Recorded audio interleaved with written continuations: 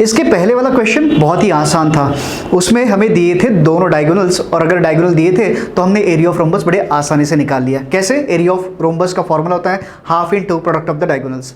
ये क्वेश्चन में उन्होंने कहा है कि एरिया ऑफ रोम्बस निकाल लीजिए लेकिन डायगोनल्स दिए हुए नहीं है, तो ऐसे समय में क्या करेंगे? अब मुझे लगता है कि हमने डेफिनेशन ऑफ रोम्बस पे चलना चाहिए। रोम्बस क्या होता है, रोम्बस बनता कैसे है? रोम्बस एक पैरेललोग्राम से बनता है। जब भी पैरेललोग्राम के एडजेसेंट साइड्स इक्वल हो जाते हैं तो पैरेललोग्राम ही रोम्बस बन जाता है। इसका मतलब हर रोम्बस तो पैरेललोग्राम होता है ना। इसका मतलब जो एरिया ऑफ पैरेललोग्राम का फॉर्मूला है वो तो हम एरिया ऑफ रोम्बस के लिए भी अप्लाई कर सकते हैं। तो एरिया ऑफ पैरेललोग्राम का फॉर्मूला क्या है दोस्तों? Right, base into height. तो चलिए क्वेश्चन पढ़ते हैं और चेक करते हैं कि इसमें बेस और हाइट दिया है या नहीं है। Find the area of the rhombus whose side is 5 centimetre. चलिए एक रोम्बस बना लेते हैं हम, ठीक है।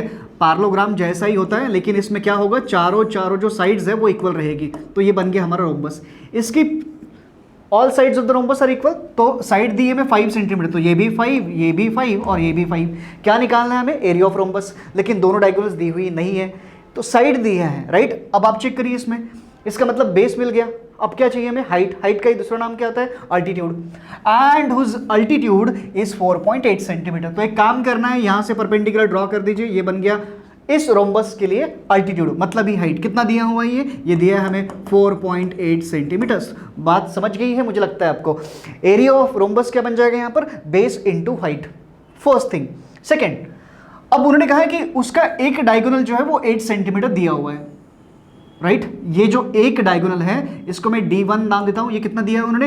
8 सेंटीमीटर दिया हुआ है और हमें फाइंड करना है length of the other diagonal, ठीक है। तो मैं आपको हिंट देता हूं, पहली चीज समझ में आ गई होगी आपको। क्या करना है? बेस दिए, हाइट दिए, मल्टीप्लाई कर दो, एरिया ऑफ रोम्बस निकल के आ जाएगा। लेकिन सेकंड के लिए ये आपका हिंट है। देखिए एरिया ऑफ रोम्बस के लिए दो फॉर्मूले, एक बेस इंटू हाइट और दूसरा है half into D1 into D2। Area of, ये जो एरिया ऑफ रोम्बस है हम फर्स्ट स्टेप में निकाला होगा हमने, वो वहां सब्स्टिट्यूट कर दीजिए। एक डायगोनल D1 जो है वो सब्स्टिट्यूट कर देंगे यहाँ पर, तो बचता कौन है? D2।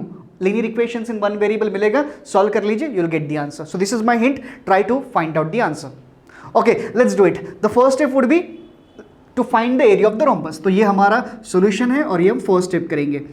हमें निकालना है एरिया, तो this is question mark, right. D1 एक डायगोनल दिया हुआ है हमें, कितना दिया है हमें? 8 सेंटीमीटर दिया हुआ है। अब इसका बेस मतलब ही साइड कितना है, यहाँ पर हम ले लेंगे 5 सेंटीमीटर।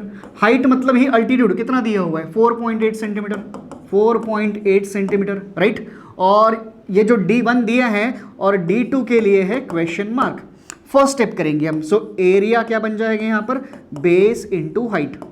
बेस को हम ले लिया 5 और हाइट को ले लिया हमने 4.8। चलिए मल्टीप्लाई करिए, 5 8 ज़ा 40, लेट्स राइट 0, कैरी इज 1, 5 4 ज़ा 20 प्लस 4 24। अब यहाँ आएगा 24.0 सेंटीमीटर स्क्वायर। क्यों? हाँ, क्योंकि हमें साइड जो है वो सेंटीमीटर्स में दी हुई है। तो ये फर्स्ट स्टेप हो गया हमारा, एरिया ऑफ रोम्बस आ चुका है, फर्स्ट स्टेप हो गया। अब सेकंड स्टेप सॉल्व करेंगे। Area is equals to half into product of the diagonals D1 into D2। क्या करना है नेक्स्ट स्टेप में? एरिया ऑलरेडी निकला हुआ है हमारा, 24 सब्स्टिट्यूट कर दो यहाँ पर। 24 equals to half into D1 कितना है हमारे पास? 8 पुट कर दो यहाँ पर इंटू D2। चलिए सॉल्व करते हैं इसको।